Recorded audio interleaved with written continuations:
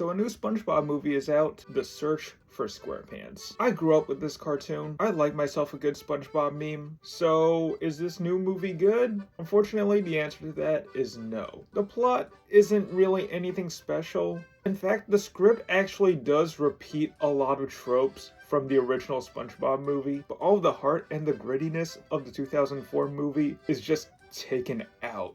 Instead, we have a movie with really choppy pacing and repetitive jokes. When I saw the trailer, they had a joke about SpongeBob shitting a brick, and then later in the trailer, we have that exact same joke again. That kind of made me raise an eyebrow a little bit, but I wanted to see how the actual movie would play out. And the humor just did not work. It felt like a 44-minute special stretched out into 90 minutes. For example, the first 5 minutes of the movie were focused on SpongeBob being slightly taller. There was no punchline, just SpongeBob bragging about his height for an unhinged amount of time. I don't know if I'm getting old, but I did not get the humor at some points during the movie. A lot of the jokes felt directionless. At one point, the movie just cuts to black, and we have a random cameo from George Lopez as a fish. The cameo ended, and we go back into the plot. It completely came out of nowhere. It felt like someone threw it in at the last second, and it just left me confused. Apparently, this was originally gonna be a Mr. Krabs movie, similar to how a Plankton and a Sandy Cheeks movie dropped, and it shows. Almost half of the story is focused on him, and whenever he's not on screen, it feels like I'm watching filler. After thinking about it, I gotta say that The Search for Squarepants is ultimately a movie I cannot recommend. This new one felt like theatrical brain rot. Oh yeah, there's one more thing I forgot to mention before I head out. A Teenage Mutant Ninja Turtles short played right before this movie. It's actually pretty good, but it's kind of ironic that the short